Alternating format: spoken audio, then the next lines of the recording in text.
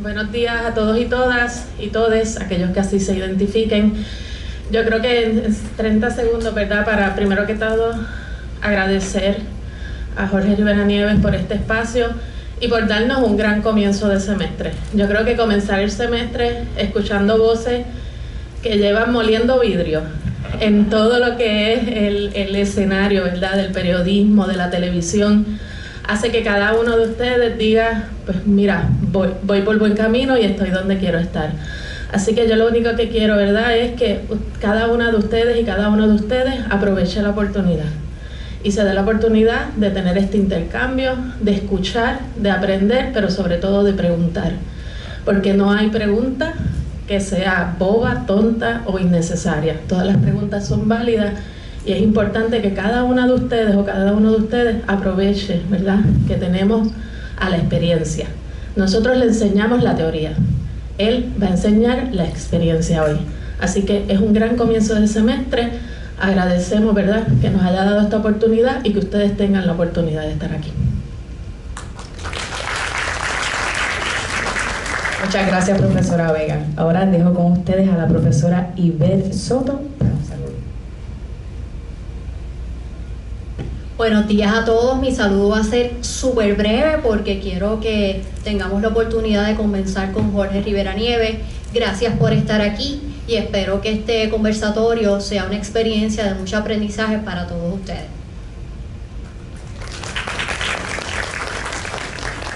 Muchas gracias. Bueno, antes de iniciar con el conversatorio, me imagino que muchos de ustedes pues, ya conocen a Jorge Rivera Nieves, pero pienso que es bien importante dar un poquito de información acerca de su biografía. Jorge Rivera Nieves nació en Río Piedras. Desde pequeño disfrutaba de la lectura. Se le daba bien hablar en público y gracias a este don y a su timbre de voz entró a trabajar en Guapa Radio como comentarista y luego entró a trabajar en Guapa Televisión como periodista televisivo. En el 1977 inició labores en Telenoticias en Acción en Telemundo. Desde el 1986 ha sido el ancla del noticiero. Estudió un bachillerato en psicología en Puerto Rico Junior College, precursora de la Universidad Ana G. Méndez. En 2022, nuestra institución le otorgó un doctorado honoris causa en comunicación. Así que finalmente recibamos con un fuerte aplauso a nuestro invitado Jorge Rivera Nieves. Hola, gracias. Ya, ¿verdad? Sí, ahora sí. Empezamos. Sí, Jorge, gracias por asistir y compartir tu conocimiento con nuestros estudiantes. La primera pregunta que te quiero hacer es, de toda tu experiencia periodística, ¿cuáles 3 sucesos son los que más te han impactado? Wow, ciertamente, pero es generosa en la pregunta porque nos da espacio y sugiere 3 sucesos a lo largo de 50 y pico de años ejerciendo, porque comenzamos en radio en el 68 y ahora en Telemundo estamos próximos a cumplir 49. Ciertamente, fíjate, en radio recuerdo en verano hacíamos unos recorridos aéreos, helicóptero, por las playas para informar. En aquel tiempo Guapa Radio era la emisora líder en música, deporte, entretenimiento y noticias en la banda AM, aunque las FM existían, prácticamente pocas estaban al aire. De modo que la competencia era entre Guapa, que mantenía el liderato, WKQ, y WKBM, que le decían la emisora de la fregona, porque la programación que tenía estaba dirigida a las amas de casa que daban servicio en los hogares donde estaba la clase media emergente creciendo, y entonces pues el tipo de música era para ellos, que usualmente eran mujeres que emigraban de nuestros campos a la ciudad en busca del pesito. Mami fue una de esas personas, ¿verdad? Y entonces en una ocasión, despegando Isla Grande, miro hacia el este y veo una humareda gigante. Le digo al piloto, me parece que son las monjas, la variedad de las monjas en Atorrey, donde, digamos, vivíamos cuando mami me parió, en 1951.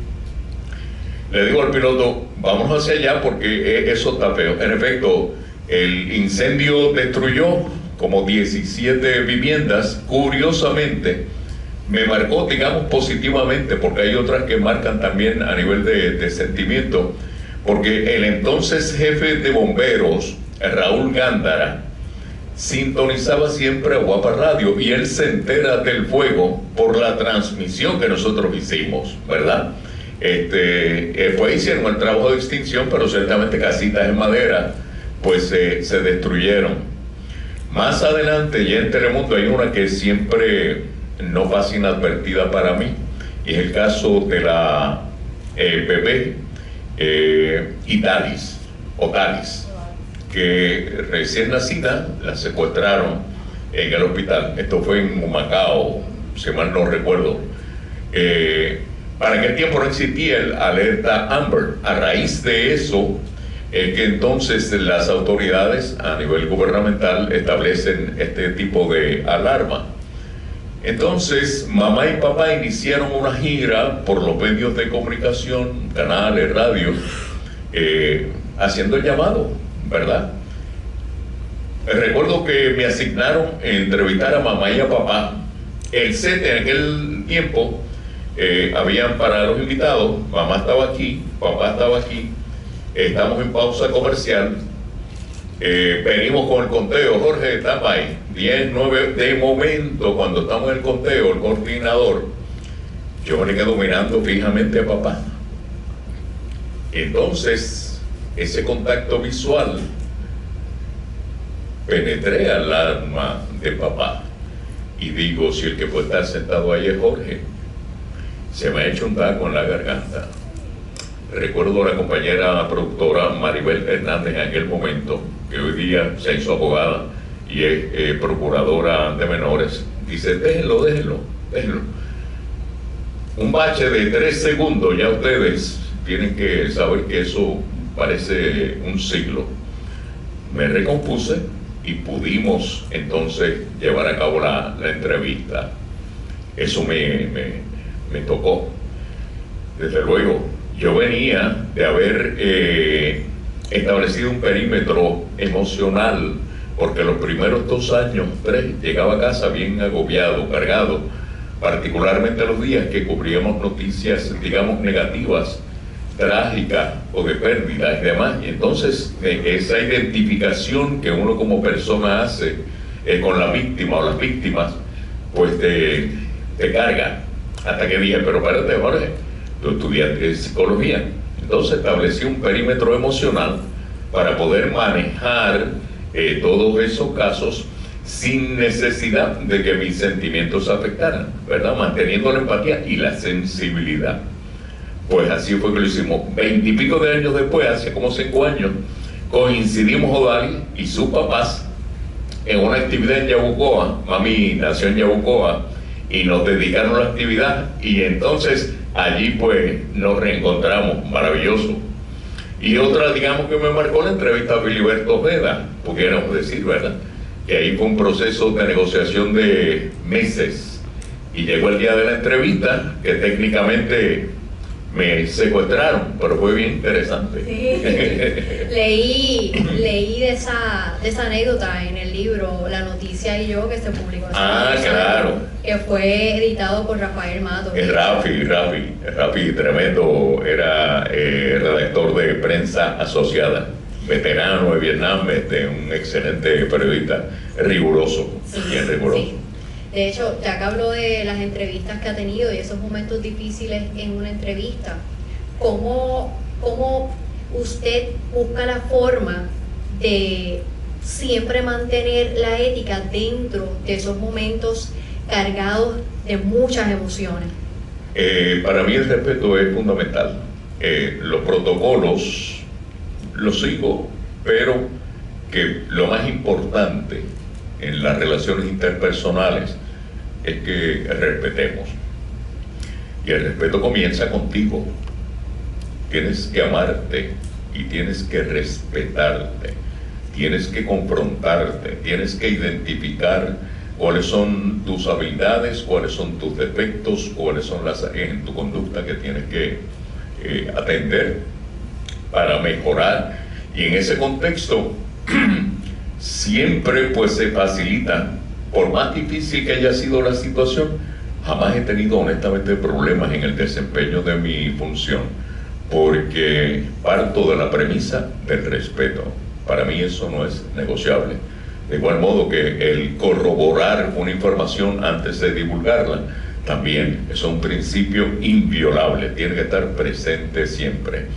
Recuerdo, sin embargo, recientemente, hace un par de años, todavía no había muerto don Carlos Romero Barceló, fue al estudio, él era potrón, como hizo, bueno, hacía el caballo, ¿no? Y lo estamos entrevistando, y yo le digo, bueno, ¿usted opina algo sobre el país? Me dice, ¿qué país? Pero bueno, Puerto Rico. Me dice, esto no es un país, esto no es un país. Yo digo, don Carlos, yo no voy a discutir con usted. Vamos al mambo y vamos a continuar la entrevista, pero no voy a estar discutiendo con él.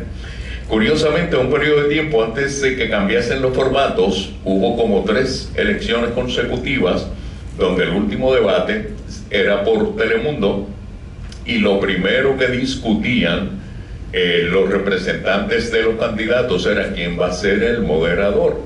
Decían, es Jorge. Me dicen, no hay problema, dale para adelante, estamos hablando rojo, azul, verde, color rosa, chinita, o sea, que pienso que eso contribuye, digamos, y fortalece la proyección y el desempeño que uno puede hacer como comunicador, que exista ese respeto. ¿Ven? Me parece doloroso, no tengo los detalles, pero ayer fue que vine a escuchar algo, la grabación del compañero Rubén Sánchez, las expresiones que hizo y toda la cuestión. No he podido hablar con Rubén ni con el abogado Leo, pero es lamentable, esas cosas no deben de ocurrir. Los periodistas simplemente somos intermediarios, somos un eslabón en la cadena, y somos personas privilegiadas porque podemos llegar a la fuente del dato para comunicarla, y tenemos que ser bien conscientes del contenido que vamos a comunicar. Acaba de mencionar que cumple 49 años en Telemundo. Ajá. Y le pregunto, ¿cómo evalúa la transición del periodismo desde que empezó en radio, toda la experiencia que tiene ahora mismo en televisión, con todo lo que estamos viendo en la actualidad? Definitivamente este aparatito que representa, digamos, las redes ha logrado unos cambios dramáticos. El adelanto de la tecnología nos provee, nos da un acceso inmediato a la información. No hay que estar dependiendo de la enciclopedia o el almanaque Bristol o ir a la biblioteca, ya todo lo tenemos aquí, pero cuidado, ¿verdad? No todo lo que aparece publicado aquí, digamos, es cierto. Ahí reitero el asunto importante, principio de la corroboración. Dramático, yo jamás pensé que iba a haber una guerra por televisión, que ocurrió en el 90, cuando Bush padre atacó, después por ahí ha seguido. Eso pues nos permite inmediatez, pero levanto bandera, porque la inmediatez no necesariamente es sinónimo de calidad, y tenemos que cuidar la calidad del contenido de lo que nosotros comunicamos. Se adelanta mucho, se agiliza, porque en el pasado, cuando iniciamos en Telemundo, era película, fílmico, y se utilizaban 2 cámaras, una para la película silente, sin sonido, y la otra cuando, o sea, llegamos al lugar o a la escena, hacíamos lo que se llama un special reel, los visuales de apoyo, luego la entrevista, ir al revelado y entonces editar. Ahora tú editas aquí en el teléfono, ¿verdad? Y la calidad pues mucho mejor. Sin embargo, entiendo que ese exceso a nivel, estuve leyendo un artículo el otro día de unos psicólogos industriales que dicen que la cantidad de información que recibimos a través de las redes, ellos han establecido un concepto que se llama obesidad mental. Estamos bombardeados constantemente de información, que entonces tú dices, espérate, me voy a empachar. Entonces hay que... Yo, por ejemplo, salgo en la noche de la oficina a las 10:30, excepto los martes, que salimos a las 11:30, y corro seguida a la guagua para sintonizar Fuego Cruzado que lo retransmiten, porque los martes tienen al doctor Carlos Severino, que es una joya en materia de información sobre geopolítica y todos los tópicos. Y me monto seguida en la huicha, como digo yo, y en lo que llego a casa, que demoro media hora, pues puedo escuchar ya más o menos. Si el tema está bueno, me quedo. No subo a casa hasta que se han ido a pausa. En las mañanas hago igual. Me ubico primero en lo que hay, no hay nada. Y no sé, yo venía ahí con mi musiquita bien chévere. Nice, ¿me entiendes? Y relax. ¿Qué lo motivó a abrir cuentas en redes sociales? Empujado por mis hijas, Grenda, Mónica, papi, y demás, y de caramba. Y entonces eso viene a raíz de lo del perreo, del verano del 19, ¿verdad? Para contextualizar, ustedes estarían más pequeños, ciertamente, porque estamos hablando de hace 7 años. De las pocas veces que yo recuerde, el país ha hecho una unión de voluntades, primero en la década de los 60, para oponerse a un proyecto de Teodoro Moscoso que quería convertir Isla de Mona en un superpuerto, antes de la primera crisis del petróleo. Para aquel tiempo el barril de petróleo costaba $80, un galón de gasolina 25 centavos, ¿verdad? Ahora un galón de gasolina vale unos 50, $2 más o menos.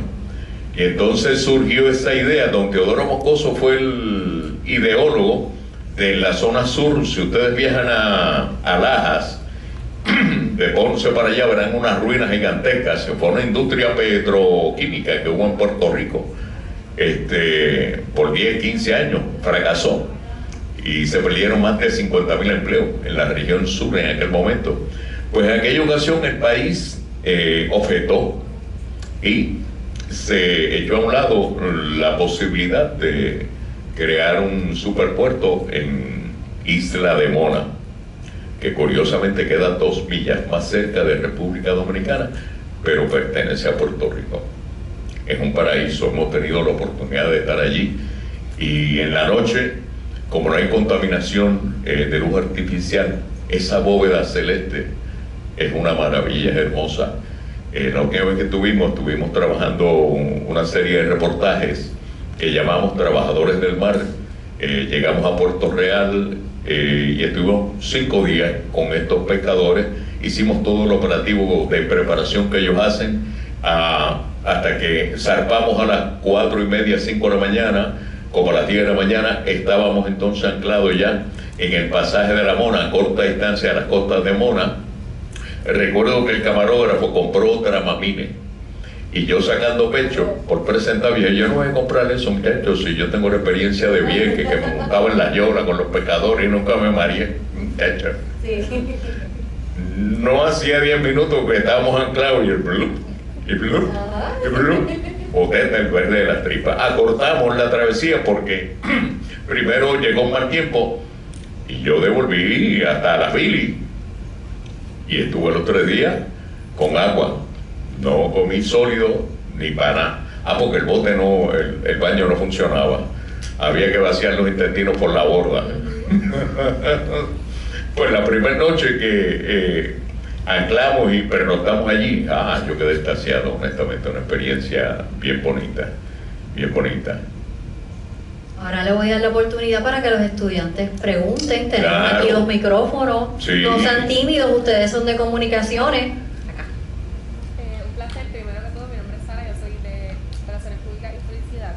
Muy bien. Está hablando acerca del momento icónico del perreo intenso acá de pensar. Yo tengo una duda, y es que acerca, a través de todos los años que llevas de carrera, ¿cómo se siente que has tenido muchísimos momentos icónicos a través de tu carrera y muchos momentos importantes? ¿Cómo se siente que quizás más mi generación que otra generación te recuerde por ese suceso que pues, importante y jocoso? Buena observación. Está bien, gracias. Porque, entonces te respondo a la pregunta y vamos al contexto de cómo ocurrió la frase del perreo. Días después de la frase del perreo y todo lo que ocurrió, que el gobernador finalmente renunció, semana después fue J Balvin presenta un concierto en el Choliseo. Entonces nos invitan para que abriéramos el concierto. Yo quedé en una pieza, pues yo jamás había estado en el Coliseo lleno a capacidad, y las lucecitas de los teléfonos también fue bien impresionante, con otro taco en la garganta. Entonces ciertamente la ovación fue de tal magnitud que me permitió recomponerme y poder pronunciar el mensaje que pronunciamos, que previamente uno de los productores de J Balvin me dice: ¿y usted qué va a decir? ¿Y usted qué va a decir? Yo le dije: no tengo nada escrito, yo hablo con el corazón, ¿verdad? Y aquello fue impresionante. Regreso al camerino y está Molusco transmitiendo en vivo. Dicen: señores y señores, Jorge haciendo historia, con toda la trayectoria, entrevistó a Filiberto de una cuestión, y miren, he recordado ahora por lo del perreo intenso. Acaba de comenzar. Bien, respondí de ahí la pregunta, vamos al contexto.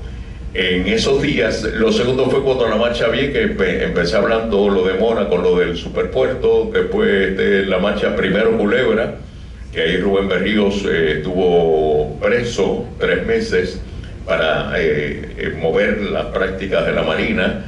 Cubrimos cuando Rubén salió de prisión, yo estaba en radio.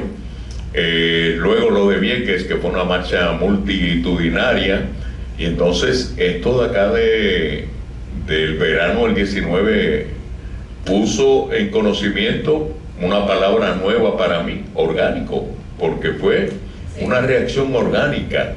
¿Y qué sucede?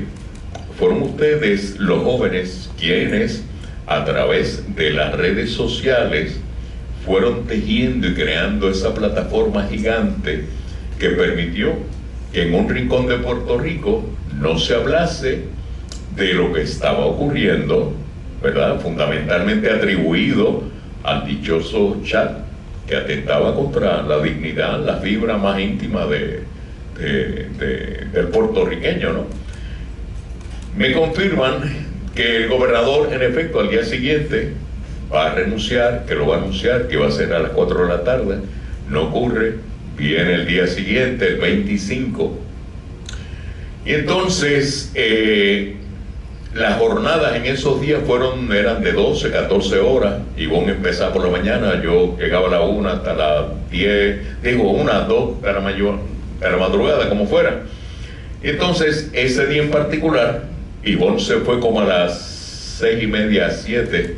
Me quedo solo con Jay Fonseca a mi izquierda, a mano derecha Luis Pavón Roca y el profesor Carlos Díaz Olivo, estirando el chicle, como se dice, lo que y hablando y analizando. Este país es el más analizado del mundo, honestamente. No, pues hago el paréntesis, porque tú vas al médico, te ordenan unos laboratorios, haces un análisis, un diagnóstico y resuelve. Pero aquí llevamos siglos analizando, y ahora más que nunca, y no se resuelve el problema. Que yo tengo mi teoría, porque la fiebre no está en la sábana. O sea, ciertamente el problema del estatus nuestro es la causa de todos los males. Pausa comercial, estira el chicle. En una, como a las 7:30, regreso a esa pausa, Jay dice: Jorge, perdóname, déjame hacer una aclaración. Aparentemente, antes de irnos a pausa, bueno, aparentemente no ocurrió, pero yo no me percaté, se quedó el micrófono abierto y Pavón Roca dice: este tipo está loco por el carajo, refiriéndose al gobernador. Pero como el metal de voz es parecido, cuando regresamos le habían escrito a Jay que Jorge había hecho esa expresión. Entonces Jay hizo la aclaración: no, explicó, pasó esto, pero Jorge no fue aquel. Bien, seguimos. Ya para las 7:50 venimos de pausa otra vez, y la productora Yadira Delgado, como se publicaba en las redes el calendario de actividades de las diferentes jornadas, de los diferentes grupos, pues entonces Yadira, estamos con Teo ya de segundo, me dice: ahora el perreo intenso, va a comenzar el perreo intenso. Y digo para mí, me disculpan, pero estoy citando. Coño, el país jodido en la crisis política más grave de toda su historia, y entonces hablando de perreo, yo no había comprendido, ¿verdad? Y contextualizado el mensaje. Ni modo, no hay tiempo para discutir, para objetar. Tengo que seguir las instrucciones porque en el orden, ¿verdad? En organigrama, el talento respeta las instrucciones de producción. No había tiempo, ni modo. Pues yo, aquí estamos, y el perreo intenso acaba de comenzar. Lo dije y seguimos. Sin pensar que iba a tener entonces, digamos, esta oportunidad, porque nos ha permitido ganar acceso a las generaciones más jóvenes. Ciertamente, en lo que respecta a mi persona, ha sido enriquecedor. Promuevo este tipo de diálogo, me lo disfruto. Cuando se comunicó conmigo la doctora, yo le cuente conmigo con mucho gusto. Incluso en noviembre del año pasado estuvimos de 100 y pico de escuelas que nos invitamos, un betito para la Semana de la Puertorriqueñidad. Puedo visitar como 60 a la mitad, porque humanamente no podía, para compartir con estudiantes y demás, y en todo, yo entiendo, lo atribuyo al asunto de la frase del perreo intenso. Ahora están empeñados que va a llegar a la residencia de Bad Bunny, ¿verdad? Va a decir HR, algo así, por las redes comunicando y demás. Ciertamente no, y me lo disfruto. Considero que es nuestro deber, nuestra responsabilidad. En otra vida yo debí haber sido educador.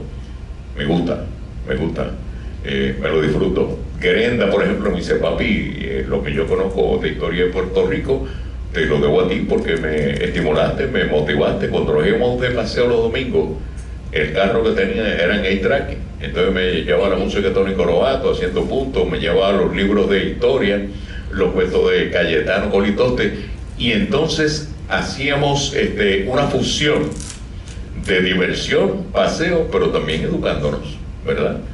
Con Mónica igual. Mónica de niña me decía: papi, dime un cuento o léeme un cuento. Cuando no le leía, me lo inventaba. Y Mónica pues es abogada, y entonces tú le das una Biblia y se la lee en 2 horas. Es una lectora voraz. Y en ese contexto pues pienso que es responsabilidad nuestra aportar. Así que agradezco la invitación para estar dialogando. Pregunten sin miedo. Acá.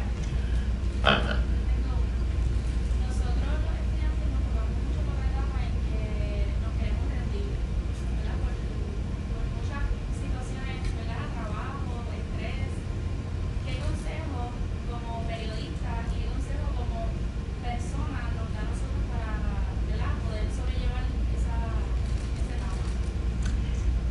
Fácil lo hace cualquiera.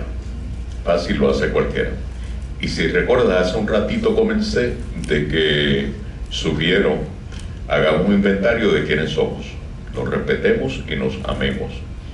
En ese contexto podemos fortalecernos emocionalmente para enfrentar lo que sea, y también para aceptar lo que sea, porque no necesariamente todo lo que queremos, por más esfuerzo que hagamos, es posible.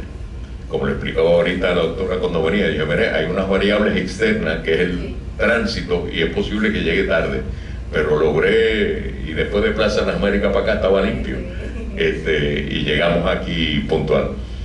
No desfallezca, chica, todo pasa. Todas y todos enfrentamos situaciones difíciles, pensamos que el cielo se nos va a caer encima, y pienso que de las primeras situaciones retantes, dolorosas, es cuando nos enamoramos por primera vez. No sé si les ha ocurrido, pero a mí me pasó la primera novia, que yo me ilusioné con ella y me botó como bolsa, no me quería. Me acuerdo la única vez que yo estaba hospitalizado, en 1968, un accidente automovilístico, me volqué y estuve hospitalizado en el Presbiteriano, que para aquella época todavía no tenía aire acondicionado, y ella fue a verme, y estaba de moda una canción de Sandro, Yo te amo, y la canción en radio, yo acá bregando con ella, y ella que no. A mí se me cayó el mundo, sí. Pero se supera. Nunca perdamos la fe, es fundamental, en lo que sea. Particularmente ten fe en ti. Y ser bueno es fácil. Ser justo no. Entonces podemos buscar un equilibrio entre ser bueno y ser justo con nosotros. Entonces también buscar ayuda. Las veces que yo he enfrentado crisis de diferente naturaleza, busco ayuda. Y hablo también, yo no estoy con eso de que no, espérate, que no digo porque no. Como dijeron ahorita, es preferible, la maestra de ceremonia creo, es preferible usted parece tonto cuando hace una pregunta que no quedarse tonto por no preguntar. Pregunta, habla, comunícate, expresa lo que sientes y dale para adelante. Y si no es hoy, es mañana.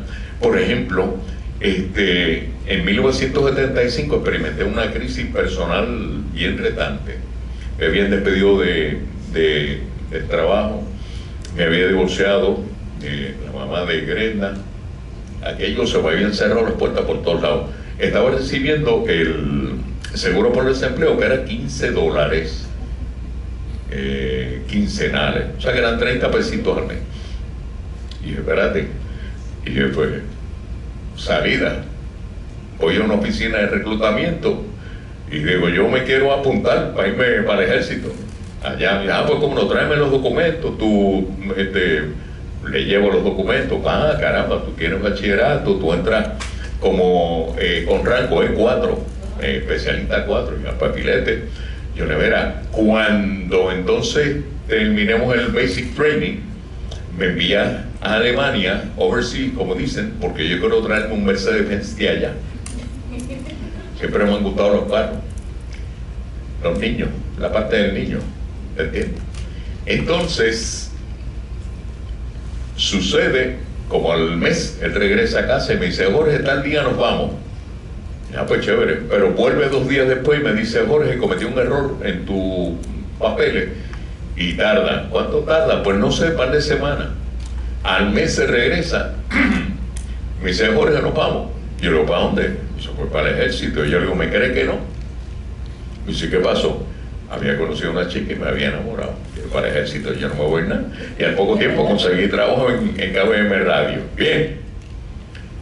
El 19 de septiembre de 1998, 20 y pico de años después, yo estaba en Stuttgart, en la fábrica de la Mercedes-Benz, buscando mi carro. Bueno, perseverancia. Déjalo aquí. Hago mi mapa de ruta. Ok, pongo aquí, pongo acá. ¿Dónde estoy? Y a la medida que nos ubiquemos, y esto lo podemos poner en función en todos los órdenes de nuestra vida, no solamente en lo académico, ¿verdad? Porque en la universidad tuvo un confrontamiento con un profesor de humanidades, el primer día de clases, una cuestión de religión y demás, y él me dijo, yo le sugiero que se dé de baja. Pues yo le acepté la sugerencia, pues sabía que no, era un matrimonio que no iba a funcionar, ¿verdad? Sí, ¿quién más? Jonathan. Bueno, esto es una pregunta bastante simple, pero ¿cuál es la historia que más te ha tocado?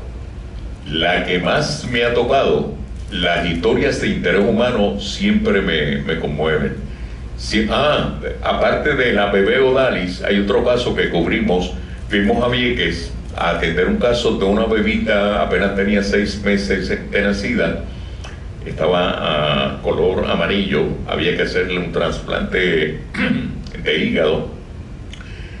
Trabajamos el caso y en el proceso a la bebita la someten a una serie de exámenes y estudios y descubren que la niña tenía una costilla fracturada y había sido maltratada. Ahí el caso toma otro giro. Ya hay un asunto, digamos, criminal. Trabajamos en conjunto. Antier encontré fotos. La niña le hicieron el trasplante, sobrevivió como 7 o 8 años, porque estamos escribiendo un libro sobre las experiencias, ¿verdad? Déjame abrir aquí el agua.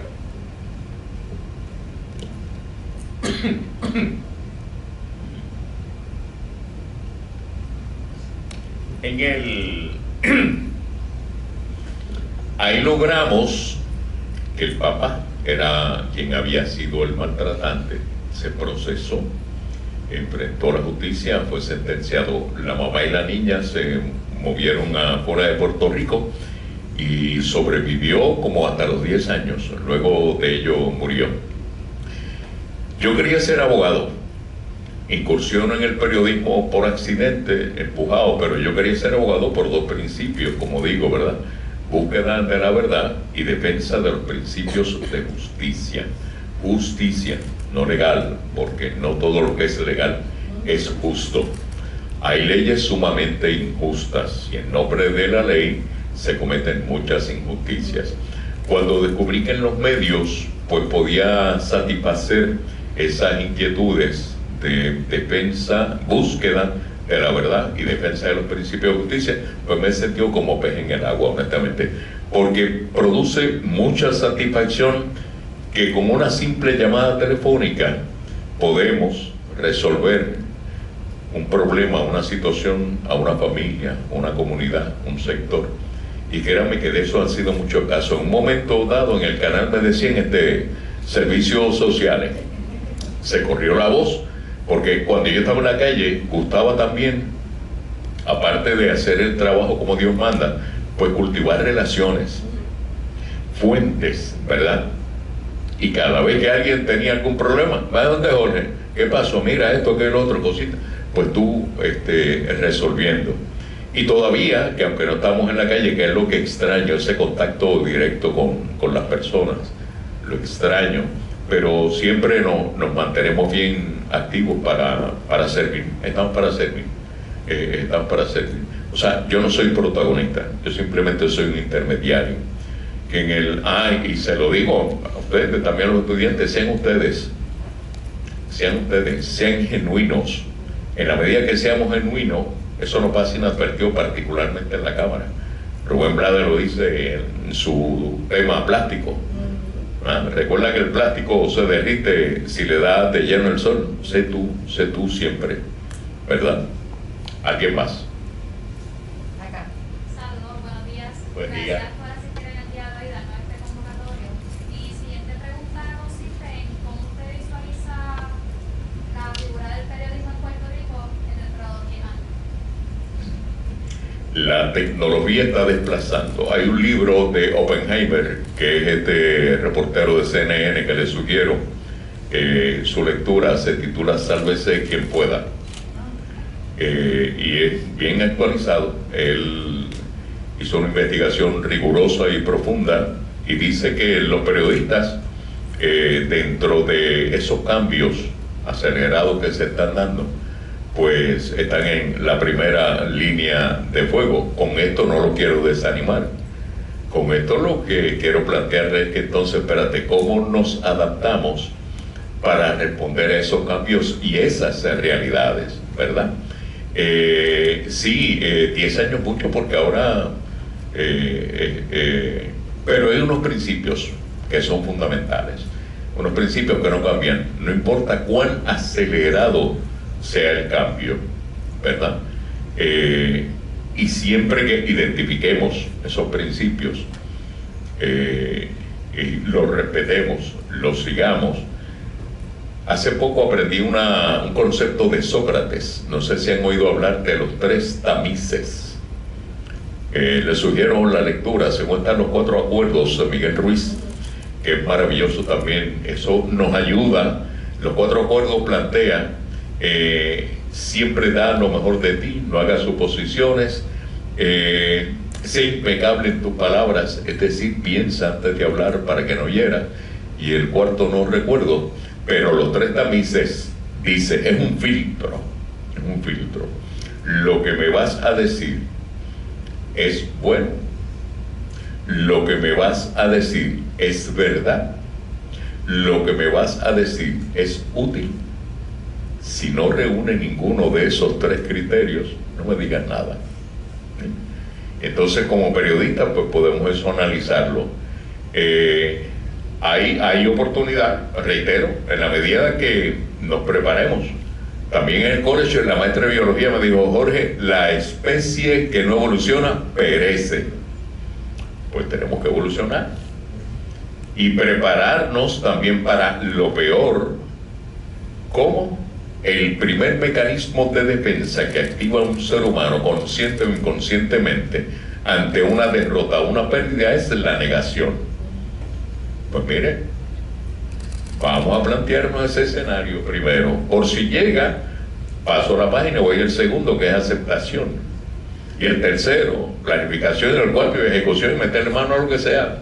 Hay confianza plena, siempre. Y las derrotas, vamos a disfrutarlas también, porque de ahí se aprende, ¿verdad? Partiendo de la premisa de que no somos perfectos, pero vamos a procurar ser cada día mejor ser humano de lo que fui ayer, o de lo que soy yo. Acá arriba tengo 2 preguntas. Adelante. Acá arriba. Pueden ir a los micrófonos. ¿Me escuchan o...? Te escuchamos, sí. En Puerto Rico muchas personas perciben que los medios de comunicación en ocasiones priorizan el sensacionalismo o una visión partidista antes de la transparencia. ¿Está de acuerdo con esto? Ella dijo que en Puerto Rico muchas personas Visualizan el sensacionalismo. En Puerto Rico muchas personas perciben que los medios de comunicación en ocasiones priorizan el sensacionalismo o una visión partidista antes de la transparencia. Quisiera saber si están de acuerdo con eso. no estoy de acuerdo, pero escucha bien lo que voy a responder. No estoy de acuerdo, pero ocurre.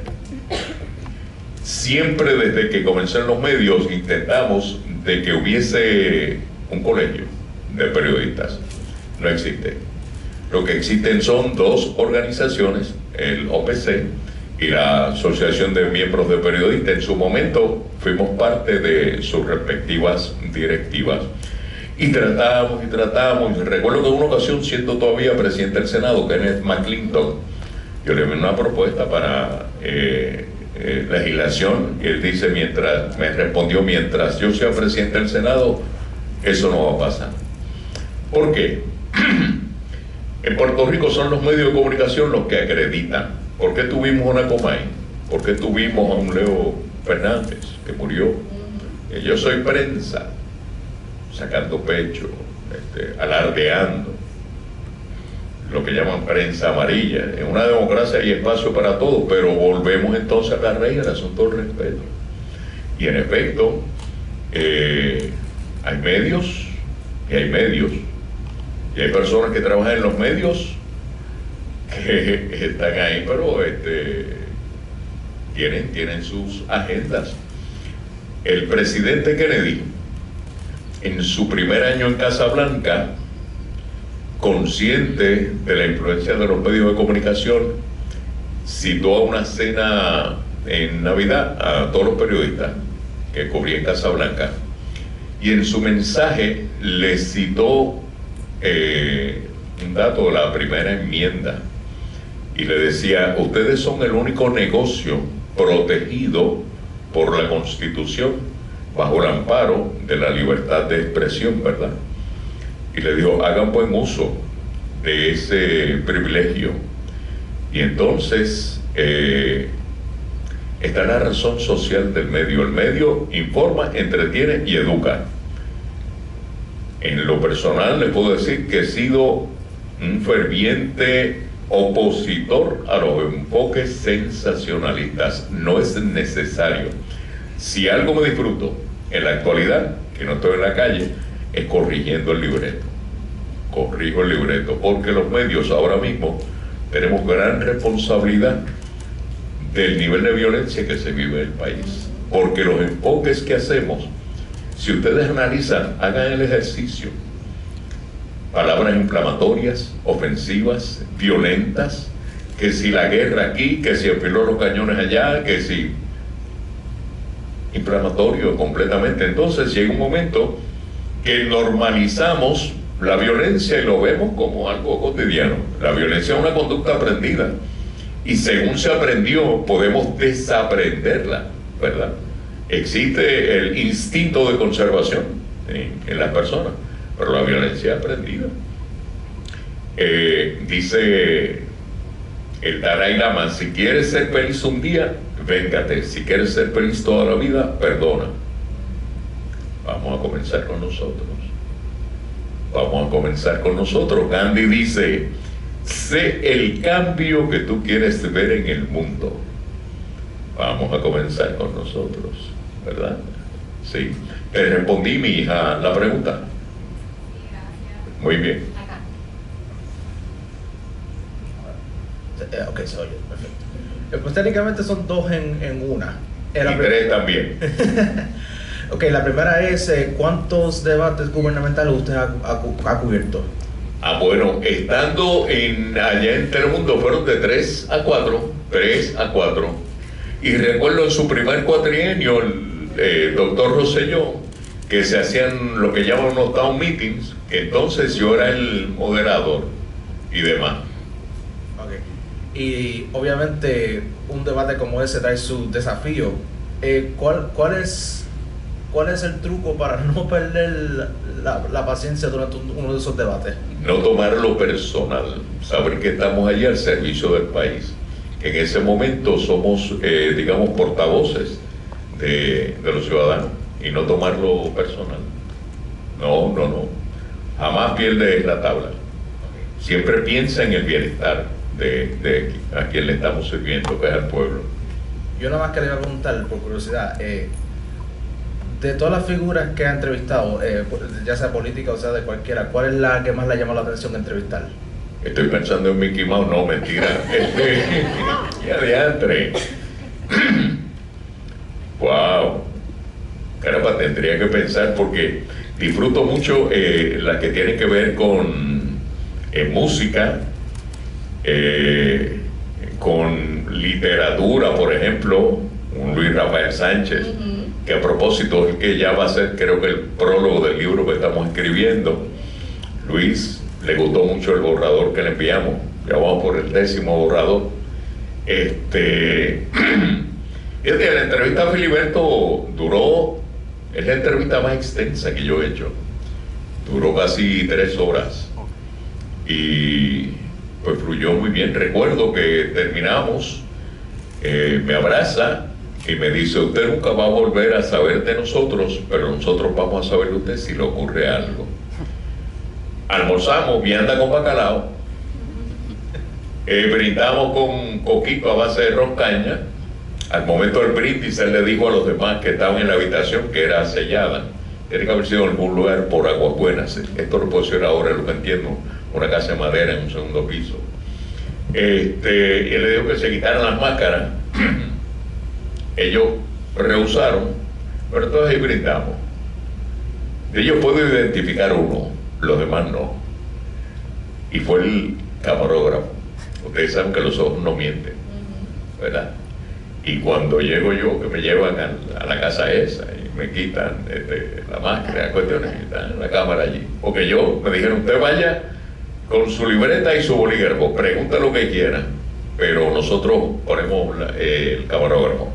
Y cuando miro, Dios, cara, mira, si era fulano, lo conozco.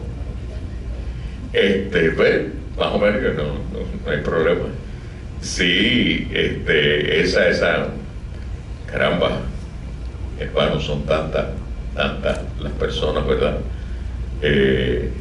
Con los políticos no me siento cómodo, porque el 99% de ellos tienden a mentir. Si algo que desarrollamos los periodistas es identificar cuando el entrevistado te dice la verdad o no te dice la verdad. Y entonces se mueven por conveniencia, pero ante ese escenario que es una realidad que yo no puedo controlar, ¿cómo la neutralizo? Educándome.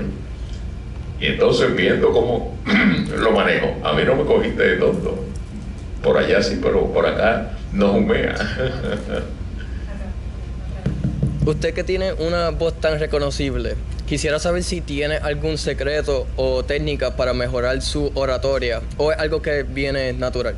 Pues yo heredé el metal de voz de mi padre, Jorge Rivera Hernández, que murió después de María, murió a los 100 años. Por eso yo digo que cuando me preguntan la edad, yo, ¿qué edad tú tienes? Yo le digo, yo tengo 25 y medio, porque ahora en enero cumplo 75 y voy para 100, pues tengo 25, porque los demás ya me lo he gozado.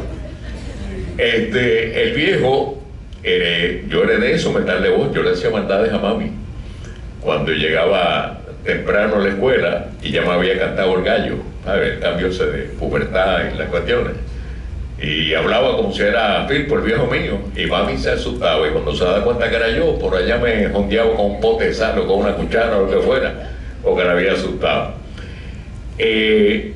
La lectura, digamos, soy autodidacta porque yo no estudié comunicaciones ni periodismo, aparte que cuando yo comencé no existían los ofrecimientos académicos, pero la lectura es fundamental. La lectura te provee vocabulario aparte de conocimiento. Hay una frase que bien común que la adaptamos, que según el perro es el mejor amigo del hombre, del hombre, exponemos que el libro es el mejor amigo a tu intelecto. Un libro abierto es un cerebro que habla. Cerrado es un amigo que espera. Ese es uno de mis pasatiempos, la música, los carros, cocinar, el campo, bailar. Antier estuve en una boda que estaba el combo tocando, el gran combo, y allá me lo gocé completo de rabo a cabo. Pero yo no me siento. Hicimos un coro también con Jerry, me dijo, le sube, vente para acá. Y entonces, al principio, cuando comencé en radio, que me facilitaron para que fuera a ver cómo funcionaba el asunto, pues yo tenía una grabadora de carrete, recogía, cortaba noticias del teletipo, me las llevaba, me encerraba en casa, me grababa. Al día siguiente llevaba la cinta para que los locutores allá pues, la escucharan. Me dice, corría aquí, corría allá. Al principio yo colaba sin necesidad. Yo decía, les informó Ripera, porque no sabe el Jorge. Entonces va fluyendo. Práctica, es sencillo. Practica, te grabas tú mismo, es sencillo. Y con confianza plena. Sí. La chica tenía que otra pregunta. Ya que usted enfatiza bastante en lo que es el respeto, ¿cómo usted ve a través de los tiempos anteriores y en la modernidad? ¿Usted piensa que el respeto hacia el periodismo o hacia los periodistas o simplemente comunicadores se ha perdido? Y específicamente, obviamente podía hablar de los casos que han sucedido recientemente en los cuales para mí como comunicadora se han violado los derechos constitucionales de la prensa. Pues obviamente diciéndole a los periodistas que no pueden hacer cierto tipo de preguntas o que tienen que limitarlo. Oye, ¿usted piensa que eso se ha perdido o piensa que al contrario ha aumentado? En la falta de respeto a los medios, fíjate, no, entiendo que ahí se mantiene, porque un caso parecido o digamos similar, el que se hizo referencia en los medios a raíz de la respuesta de la gobernadora al compañero de Noticel, pues el que usaron de referencia fue el de Hernández Colón, cuando en las elecciones del 80 le respondió, hizo el llamado a las trincheras, la compañera de WIPR, Dulce María Rodríguez, le pregunta, ¿usted está llamando como una revolución o algo así? Él le dijo, no sé, estúpida o algo así. ¿Ah? No sea ridícula, exacto. Sí, y son gajes del oficio, son situaciones que ocurren. Y reitero, no tomarlo personal. En una controversia, ¿quién gana? ¿El que mantiene el control o el que lo pierde? El que lo pierde, con calma. Eso me recuerda a un chiste, o chiste no, una anécdota, de la importancia de mantener control de las emociones. Este adolescente, había un chinero, un señor, vendiendo china frente a una escuela, y había un chamaquito que iba todos los días a hacerle maldad, hasta que el viejito un día perdió el control y con la cuchillita de montar la china intentó agredirlo. La cuestión que van al tribunal y entonces el abogado que lo representa, el fiscal hace su exposición y el abogado que lo representa se levanta y camina de un extremo a otro de la sala, el estrado. Se no tengo pregunta, vuestro honor. Vuelve el fiscal, el abogado repitió 3 veces, Se levantó, caminó de un extremo a otro, le dijo, no tengo pregunta. Y de momento, el juez ha dado un malletazo, se levantó de la sotana, la toca y medio mundo, pero venga acá, ¿usted va a trabajar este caso o no? Y ayer el abogado se viró al jurado y le dijo, señores del jurado, ustedes vengan a vuestro honor. Yo no he hecho nada, yo no he hablado, yo me he quedado callado. ¿Cómo pueden esperar ustedes que este pobre infeliz, analfabeto y demás, un chamaquito jeringándolo todos los días, no hubiera reaccionado de la forma en que reaccionó? Lo sacó absuelto. Moraleja, ¿ven? Es como dicen, la doctrina no escrita en los libros de derecho, ¿verdad? Como hay otra doctrina que dice que cuando el derecho y la verdad no te asiste, empieza a tirar piedra, que es lo que hacen muchos abogados. ¿Sí? Buenas tardes, caballero. Buenas tardes. Mira, le voy a compartir esta historia. Quiero que usted la lea. ¿Puede pasar? ¿Puede pasar? Sí, ven, ven.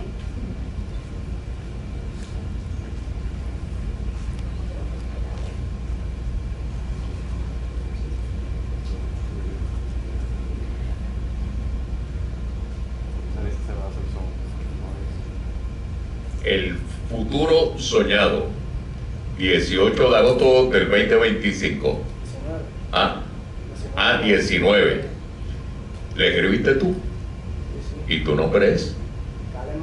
Calen. ¿Sabes qué, hermano? No distingo la letra. Por favor, sí. Está bien escrito, se ve bien, tiene buena letra. El futuro soñado. Era hace una vez un niño llamado Josemi. Josemi era un niño introvertido. Sí, cómo no. Introvertido, físicamente gordo, pero muy amable y respetuoso. El niño de que les hablo quería ser sacerdote.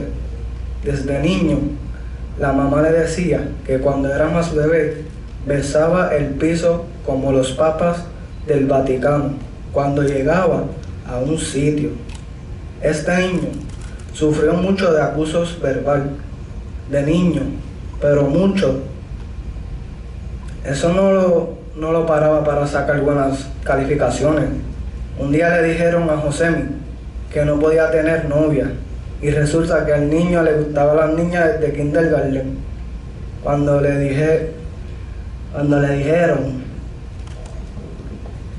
eso, la profesión de sacerdote le pareció aburrido sin mujer. Josemi ya no es un niño ahora, es adolescente. Durante esta época, Josemi le gustaba los deportes y le encantaba jugar los deportes. Practicó varios. Practicó varios deportes: atletismo, baloncesto, béisbol, boxeo y voleibol. Fue champion 2016 de voleibol y baloncesto. 2017 pasó el huracán María, no pudo practicar ningún deporte. Llegó el 2018 y fue subcampeón de voleibol y baloncesto. Se graduó de 8º grado de la escuela Antonio C. Pedrira. La clase se llamaba Nayonesi. Llega a la escuela superior, a la escuela Manuel Toro Morís.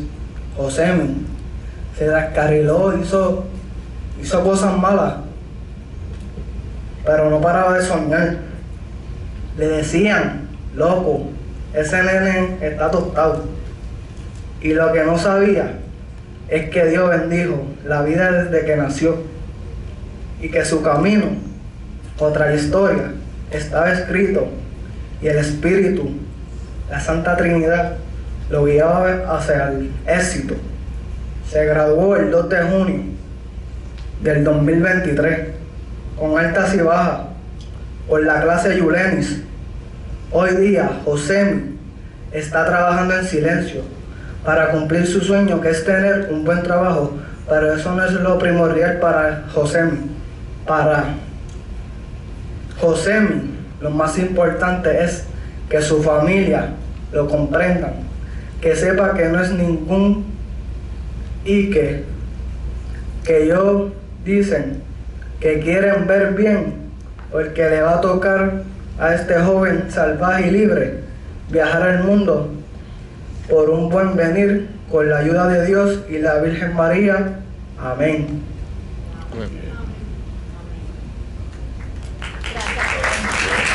Gracias por compartir esos pensamientos. ¿Lo escribiste tú?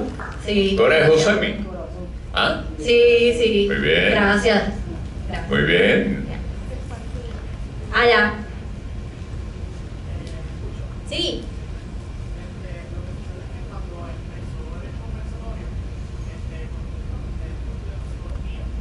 Cool.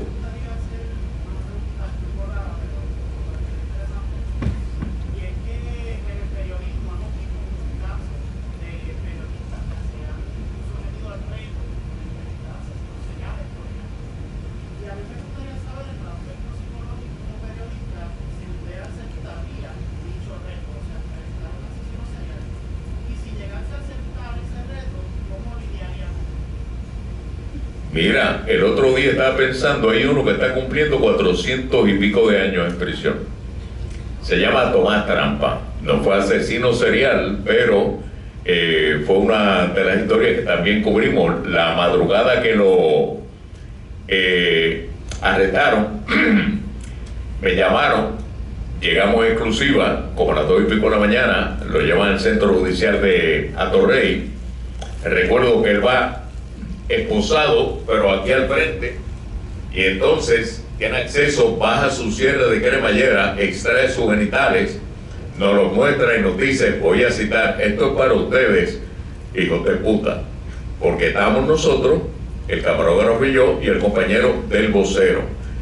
No tengo problema con entrevistar honestamente a nadie, me explico, porque no lo tomo personal. Siempre veo que esa persona que me estás hablando, asesino en serie, quién sabe si lo que quería era ser escuchado, como nos dice el joven en su escrito, en algún momento ahí los padres no tuvieron fe y confianza en él, ¿verdad? Sí, ¿conoces a alguien? Lo canalizamos y con mucho gusto, porque yo me acordé, yo dije, espérate, déjame buscar y ver si localizamos otra vez a Tomás Trampa. Incluso en el 2020 fue un caso que nos tomó 7 años y logramos la encarcelación de esta chica.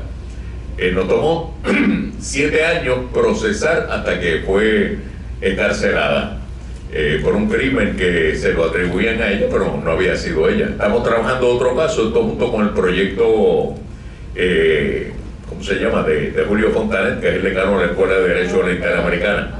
Sí, pues seguimos trabajando.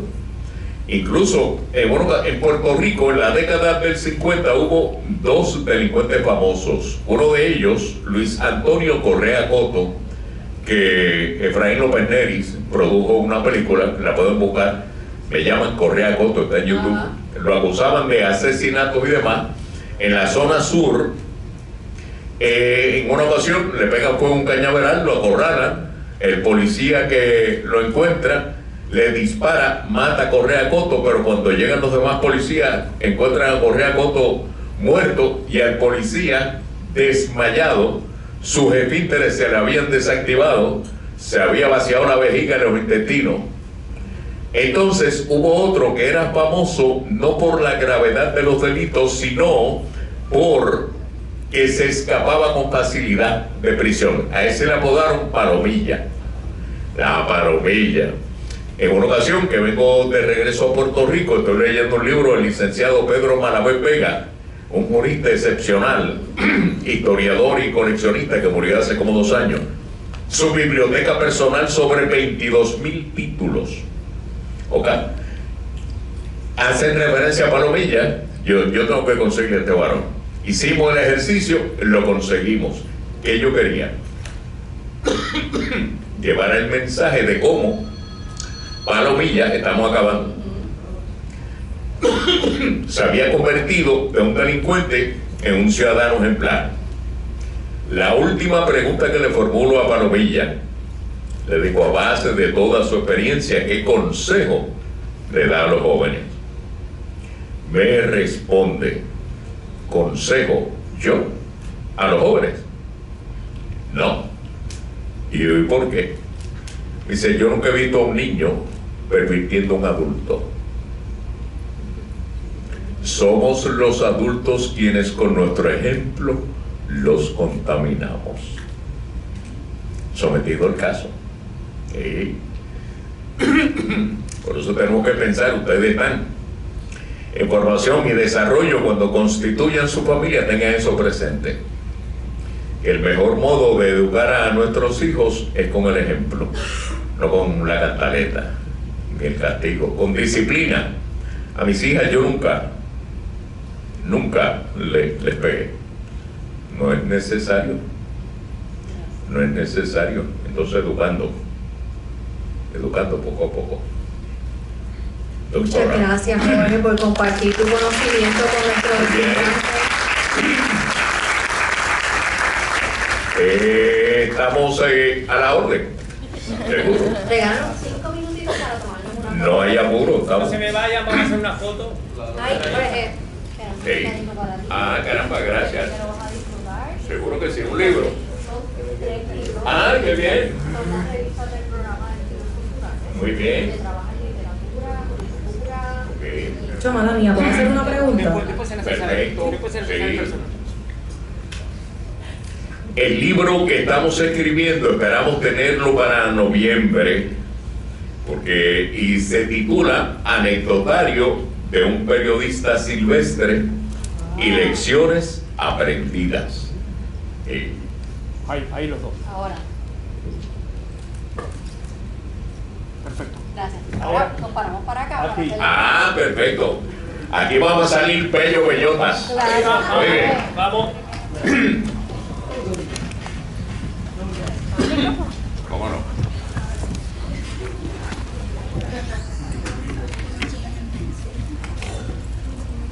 Respiren hondo, no se muevan. A las 3 está la placa. Véngate para acá. Eso.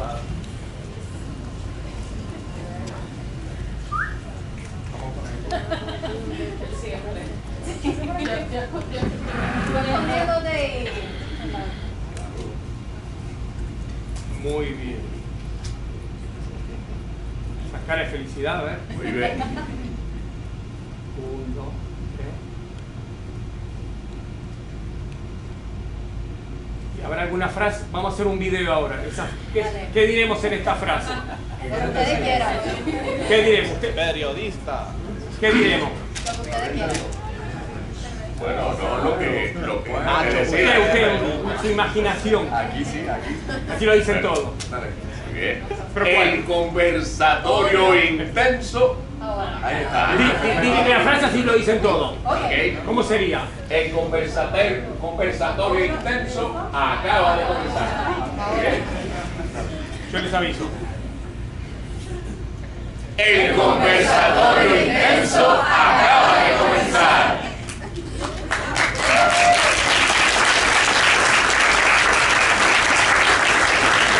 Muy bien.